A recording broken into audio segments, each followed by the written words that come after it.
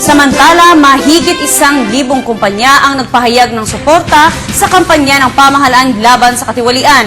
Iniharap ito ng lider negosyante kay Pangulong Aquino sa kanyang pagdalo sa Integrity Summit sa Makati City. Si Elena Luna nag-uulat live mula sa Malacanang. Elena? Maraming salamat, Princess. Kasalukuyang nagaganap ngayon sa Aguinaldo State Dining Room ng Palasyo ang board meeting ng National Economic Development Authority na pinangungunahan ni Pangulong Aquino.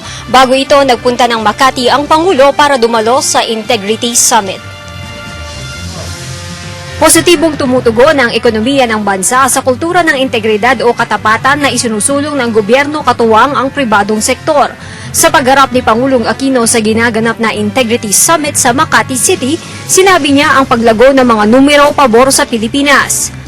We have garnered so far 8 positive credit ratings actions, and 2 of the 3 major credit ratings agencies rank us 1 notch away from investment grade. If achieved, this could open up Philippine bonds to a whole new set of buyers and could possibly lead to even lower borrowing costs. Out of 144 economies, we are now ranked 65th in the World Economic Forum's Global Competitiveness Report. The first time we broke into the upper half of rankings since being included in the report in 1994. This comes after 2 consecutive 10th-place jumps in 2 years, clearly indicating that we must have been doing the right thing since we came into office. The GDP growth for the second quarter of this year, pegged at 5.9%, is well above the average market forecast of 5.3% and brings us near the upper boundaries of our own projection of 5 to 6% for the entire year. Ayon sa Pangulo, magiging sandalan ng tuloy-tuloy na paglago ng ekonomiya ang patas na lipunan. We have been channeling the budget into investments in our people, in education, health, poverty alleviation, and infrastructure, because we recognize that sustaining our economic momentum requires a citizenry that can compete in the global arena. Inihalimbawa niya ang sitwasyon na may latang nadaanan sa kalsada. Mas mabuti aniyang pulutin ito imbes na sipain at ipasa sa iba. I'm here to solve problems, and I believe a person of integrity is also a person of foresight. He will not pass on a problem to someone else when he can solve it himself. So that is why my administration is studying creative solutions to all of these challenges.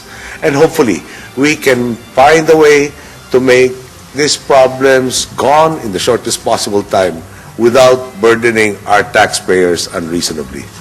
Sa programa, iniharap sa Pangulo ang Integrity Consortium Cooperation Agreement. Pirmado ito ng 1,500 kumpanya na nangakong susundin ang tamang pamantayan para malabanan ang katiwalian. I hope that the principles of inclusion, collective action, and communal responsibility will continue to galvanize every sector from across the public and private spheres into building a society that will allow our nation to thrive in a just and equitable manner.